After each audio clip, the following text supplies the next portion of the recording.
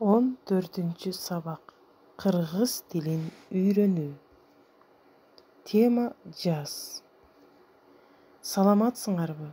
Силер менен кыргыз тилин үйрөнүү максатында 14-cü сабагыбызды баштайбыз. Бул кайсы мезгил?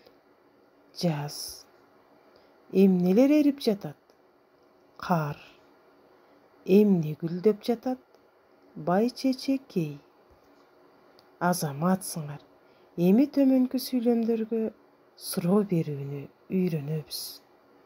Азыр кайсы мезгил? Жаз. Айлана чөйрө кандай? Кооз. Эмнелер учуп келишти? Келген куштар. Төмөнкү текстте жашырылган сөздөрдү сүрөт боюнча таап, дептериңерге сүйлөмдөрдү көчүрүп жазгыла. Жаз.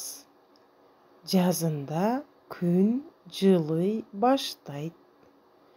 Кар эрип, чөп чыгат.